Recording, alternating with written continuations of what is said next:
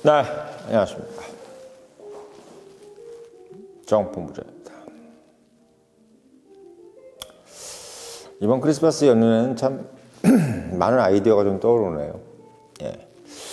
단순히 금융개혁당에 관련된 이야기도 이야기지만, 박수영 작가께서 가져가야 될 이미지, 그 이미지가 그냥 어떻게 보면은 단순히 지금까지 금융 전문가 또는 증권 전문가로서의 이미지보다는 이제는 어떻게 보면 산업에 대한 그리고 국가의 미래에 대한 그런 길을 제시해주는 어떻게 좀 더 토막이 큰 거죠. 하여튼 가운데 토막 정도 되는 거죠. 상당히 좀 큰 나무 이런 개념으로 지금 변화되고 있다 이런 생각이 좀 드는 그런 연휴입니다.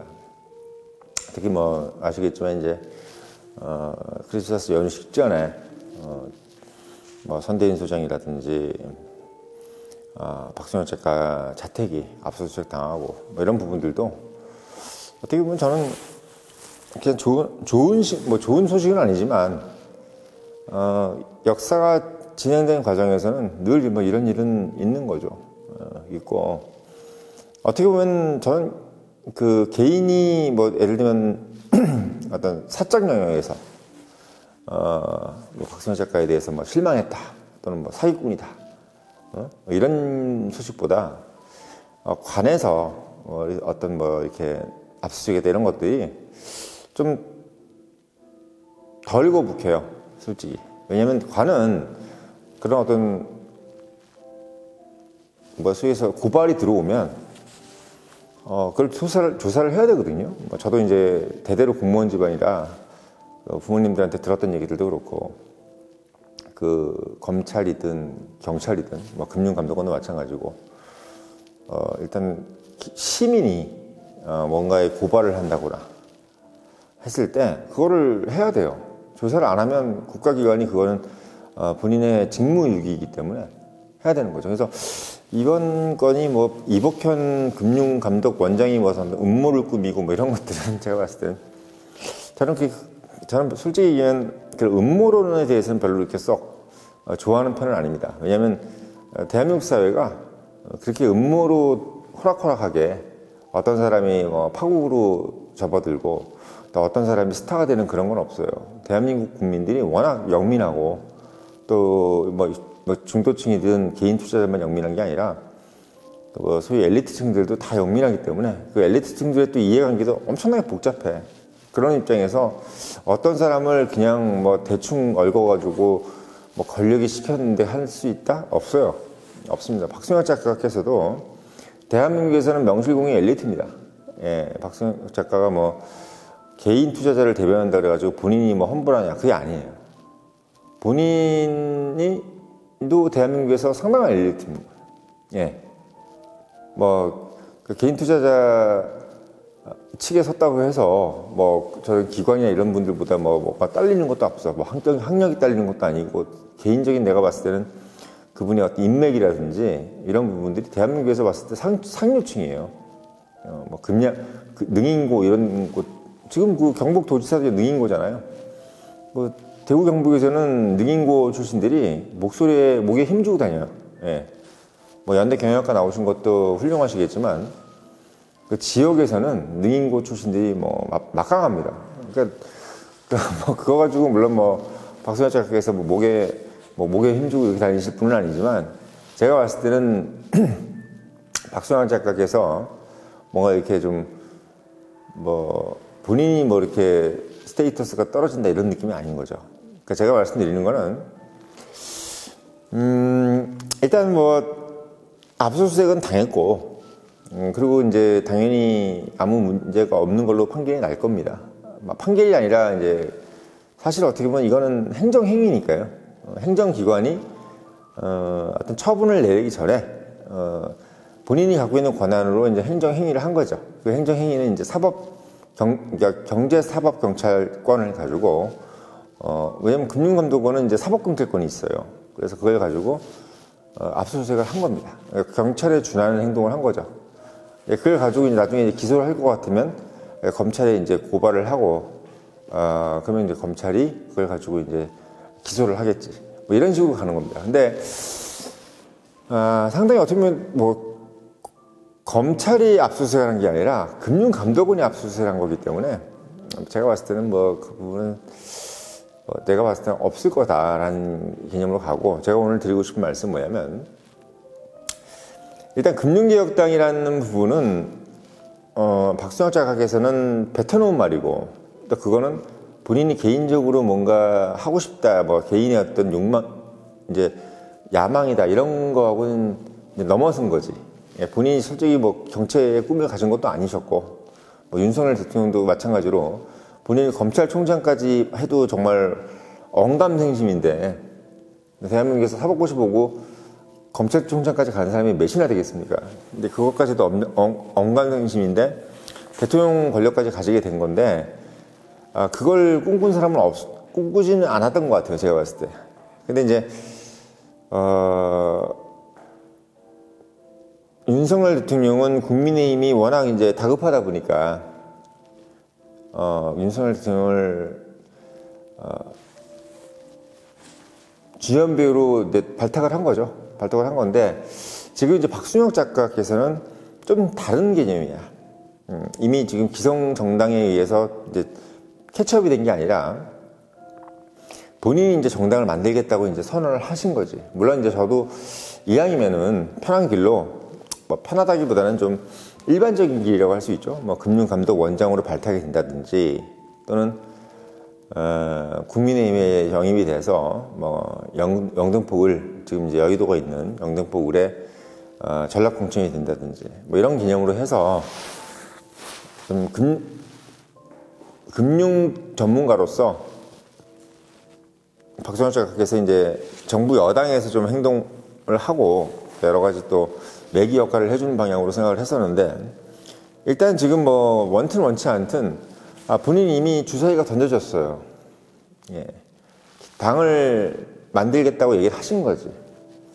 상당히 위협을 느낄 겁니다. 여당도 그렇고 야당도 그렇고. 아마 민주당도 상당히 위협을 느낄 거예요. 왜 자기 표를 뺏어갈 것 같은 느낌이 들거든.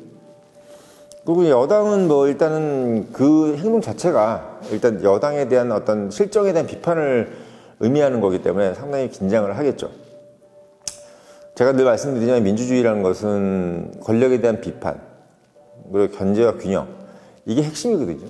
뭐 어떤 부분보다 가장 어떻게 보면 민주주의의 장점이에요. 그래서 박순혁 작가께서 금융개혁당의 어떤 기치를 내세우셨다면 저는 이렇게 생각합니다.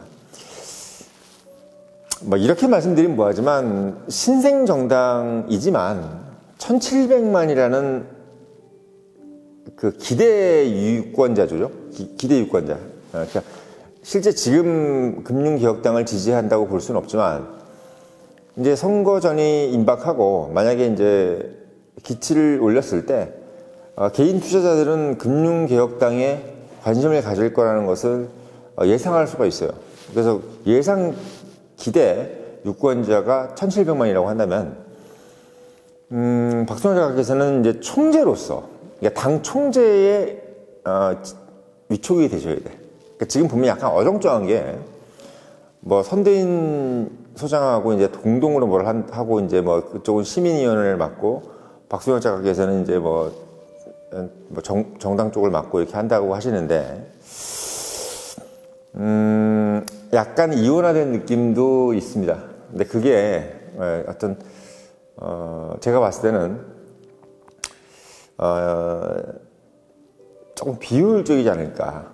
오히려 박순혁 작가께서 뭐 적정한 예는 아니겠지만, 예를 들면 예전에 나치의 히틀러 같이, 히틀러가 물론 나중에 이제 막 큰 전쟁을 일으켜서 아주 뭐 엄청난 일을 저지르긴 했지만, 박정희의 개념으로도 그렇고 뭔가의 어떤 혁명을 일으키고 뭔가 어떤 국가를 급진전으로 발전시키기 위해서는 박순혁 작가께서 총재로 등극을 하셔야 돼. 예, 하셔야 됩니다. 그게 이제 제가 봤을 때는 가장 이상적인 모습이고, 그래야 전체가 모이고 1700만이 모일 수가 있다고 생각합니다. 그러니까 박순혁 작가께서 뭐 2원, 3중, 뭐 4중에서 민주주의나 어떤 것들을 생각해서 뭐 다수위원회라든지 뭐 선대위원장이라든지 뭐 이런 것들을 자꾸 생각을 하셔서 여러 사람들한테 이제 권력을 분산시키는 느낌으로 자꾸 가시면 제가 봤을 때는 안 그래도 작은 당이 더 지리멸려질 가능성이 크다.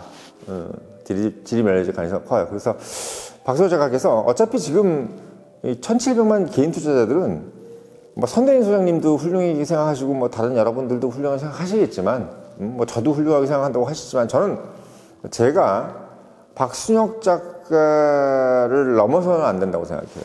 그러니까 말씀드리면 주변의 모든 사람들이 그러니까 박순혁 작가가 일단 중심이 돼야 돼요. 그 중심이 되셔서 그게 상당히 큰 그 권력의 핵심이 돼야 이 소위 얘기해서 정당이 힘을 받는 거지. 이게 뭐 여러 사람들이 뭐 공동으로 돼 있다 그래서 힘을 받을 것 같지만 그렇지 않아요. 왜 그렇지 않냐면 처음에 시작부터가 이 원천이 박순혁이었기 때문에 그래. 이게 만약에 뭐 전체 여러 명이 뭘 해가지고 된다고 해서 만들어졌다고 하지만 그건 제가 봤을 때는 지금까지 정당 역사에서 그렇게 해가지고 일어난 정당은 공산주의마저도 없습니다.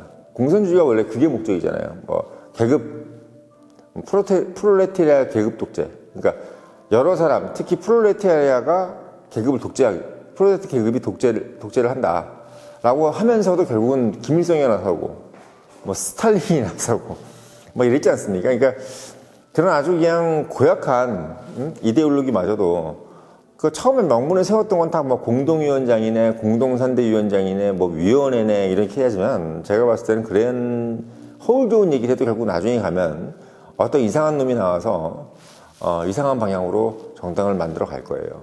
그러니까 말하자면 박순혁 작가께서 계신인데도 불구하고 갑자기 뭐 다른 놈이 튀어나와가지고 이상한 소리를 할 수도 있다는 얘기지. 그래서 저는 박순혁 작가께서 처음부터 금융개혁당에 선봉에 서서 총재로 딱 버티고 본인의 이미지를 정확하게 금융개혁당과 일체화시켜가지고 그렇게 단일 대우로 가는 게 가장 맞다. 그거는 왜 그러냐면 그게 절대 비민주의적인 게 아니야. 왜 민주주의라는 것은 이 운영 자체를 민주주의로 하라는 거지. 뭐 예를 들면 리더를 여러 명으로 두라고 해서 민주주의가 아니야. 미국 대통령도 결국은 대통령 한 명 뽑는 거지 10명 뽑는 게 아니지 않습니까? 소위 해서 민주주의라는 것은 선출을 해서 한 명에 대해서 뭔가 권한을 주고 거기에 대한 책임을 지게 하게끔 해서 또 다른 선거를 하고 이렇게 하는 거지. 뭐 그 사람을 못 믿어가지고 10명의 뭐 총재를 뽑고 이래서는 안 된다는 얘기죠. 그래서 지금 제가 봤을 때는 박순혁 작가께서는 단일 총재, 금융개혁당의 단일 총재로 등극을 하셔서 거의 뭐 총통의 개념으로 가져가셔야 된다고 저는 생각을 하고 그러면서 세 가지 정책을 말씀을 하셔야 돼요. 첫째는 명실공히 금융개혁에 대해서 그 취지와 그 이유 그리고 왜 금융개혁을 해야 되는지에 대해서 정말 너무나 다 많이 지금 얘기하셨지만 정말 국민들한테 명확하게 뭐 공매도뿐만 아니라 금융개혁 전반적인 뭐 은행, 증권, 보험 다 얘기하셔야 돼요. 그래서 딱 금융개혁 하나 선택하고 그 다음에 2차 사전을 비롯한 미래산업 2차 산업, 2차 전지, 그러니까 2차 전지죠. 2차 전지가 왜 필요하냐? 왜 2차 전지가 지금 현 상황에서 필요한지에 대해서 국민들한테 설득을 하셔야 돼요. 왜?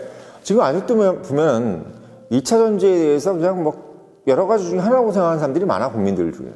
너희도 2차 전지에 투자했나 보구나. 뭐 이런 식으로. 예전에 제가 그래서 그 문건을 찾아보니까 포항제철을 만들 때도 포항제철에 대해서 되게 질시를 했던 국민들이 많았다 그래. 왜? 하고만 한 산업 중에서 뭐 철강만 산업이냐? 응? 뭐 포항제철 하나에 그렇게 목을 매냐? 그리고 심지어는 포항시 자체를 되게 폄하하려고 노력을 많이 했고 포항의 그 제철의 입지에서 떨어진 도시들이 포항제철에 대해서 상당히 비하하려고 하는 노력을 많이 했다는 거야. 그러니까 그만큼 2차 전지도 마찬가지예요. 2차 전지에 대해서 국가 산업으로 이제 몰고 가기 위해서 상당한 그 타당성 있는 논거를 내셔야 될 거야. 그리고 그게 왜 필요한지 그렇게 하면 다른 산업들에 대해서 이제 투자를 했던 분들도 이해를 하는 거죠. 또 그게 실제로 맞아야 되고 그 부분도 이제 본인이 많이 공부를 하셨으니까 얘기가 될 겁니다. 그리고 마지막은 뭐냐면 2차 전지를 떠나서 이 에너지 외교. 그러니까 이분이 지금 약간 이제 거기까지는 이제 말이 이제 생각이 안 가 있을 텐데, 이분은 글로벌 빅샷이 되셔야 됩니다. 그러니까 지금 이제 보면 사실 우리나라가 2차 전지 기업을 상당한 글로벌 기업을 보유하고 있음에도 불구하고, 중국이라든지 이런 나라들 때문에 이제 어떻게 보면 그늘에 가려져 있어. 근데 그거를 대한민국 정부나 기업 이런 분들이 말을 잘 못하는 거야. 왜? 모르겠어요, 왜 그런지. 본인들 대변을 본인이 잘 못해. 마치 우리가 태권도 김은용 씨를 생각하는 거죠. 김은용 IOC 위원장이 부위원장이지 태권도 대통령이잖아요. 그러니까 태권도에 대해서 우리가 종주국인인데도 불구하고 태권도에 대해서 막 사람들이 어떻게 보면 우리가 그만큼 목소리를 못 내고 있는 거를 IOC 부위원장이었던 김은용 세계 태권도 총재가 확실하게 대한민국이 태권도의 종주국이라는 것을 못을 박아버린 거야. 그러니까 그것처럼 김은용 위원장의 그 롤모델을 좀 받아갔으면 좋겠다. 그래서 박순혁 대표께서 2차 전지는 대한민국이 최고다. 2차 전지 대통령. 이게 박순혁이 좀 돼주셔야 된다는 거. 그래서 그 부분을 에너지 외교, 그러니까 IOC 부위원장 했던 김은용 세계 태권도 협회 총재가 되셨던 이 김은용 씨의 롤모델 모델을 따라서 본인도 글로벌 빅샷으로서 그런 역할을 해주셔야 된다는 거. 그래서 그런 부분에 대해서 견지해서, 그러니까 대한민국 국민은 글로벌 좋아해요. 예? 좀 큰 거 좋아한다고. 그래서 박수혁 대표께서 그냥 2차 전지에서 증권 하나 분석해주는 그런 사람으로 자꾸 이렇게 이미지를 만드시면 안 돼. 그렇게 해서는 안 됩니다. 지금은 상당히 큰 빅샷. 제가 자꾸 그 빅샷이라는 말을 자꾸 말씀을 드리려고 하는데, 그 빅샷의 이미지, 그리고 실제로 빅샷이에요. 그 빅샷의 이미지를 이제 끌고 가시는데, 그 세 가지. 금융결계라는 정말 너무나 멋진, 원더풀한 그 슬로건이잖아요. 거기다가 2차 전지라는 또 든든한, 그러니까 산업의 어떤 기반이 있고, 기반의 어떤 호응이 있고, 거기다가 이제 글로벌 외교가로서 전 세계적인 어떤 에너지 전문가로서의 위상을 만들어낼 수 있다는 거지. 그래서 박순혁 작가는 지금 상당히 다변적인 어떤 포지션에서 파워를 가지셔야 됩니다. 그 파워를 가지셔야 제가 봤을 때는 본인이 원하는 금융개혁도 할 수 있고 2차 전지에 있어서 중국 2차 전지 산업들을 견제할 수 있고 또 지금 대한민국이라는 나라를 어떻게 보면 지금보다 좀 더 업그레이드 나라도 만들 수 있고 그거 만들려고 하기 위해서는 정부, 기업 이런 사람들의 어그로를 끌고 어떻게 보면 협력을 얻어낼 수가 있는 겁니다. 대한민국 보수는요. 있는 놈, 멋진 놈, 가진 놈을 좋아해요. 미안한 얘기지만 그건 사실이야. 어쩔 수 없어. 있는 놈, 멋진 놈, 가진 놈이야. 예. 그러니까 그 말씀은 뭐냐면 그거를 우리가 부정하면 안 돼. 그러니까 박수혁 작가께서는 충분히 지금 갖고 있는 백그라운드가 훌륭해. 그 훌륭한 데서 더 엄쳐야지, 더 만들어서 더 어떻게 보면 더 빅샷이 되시는 것을 우리가 도와줘야지. 그분을 자꾸 어떻게 보면 그냥 홍길동 정도 또는 로빈후 정도로 자꾸 만들면 이 대한민국 빅샷, 이 따뜻한 빅샷들은 박순혁 작가를 쉽게 생각할 거야. 그러면 안 됩니다. 그거를 제가 좀 유념을 하는 부분이 있어서 일단 박순혁 작가께서는 금융개혁당의 총재, 단일 총재로 딱 등극을 하셔가지고 정권을 내세워서 아까도 말씀드렸던 세 가지 개혁, 세 가지 정책을 시원하게 발표하시는 게 가장 우선적이다. 이 말씀을 좀 드리고 싶었습니다.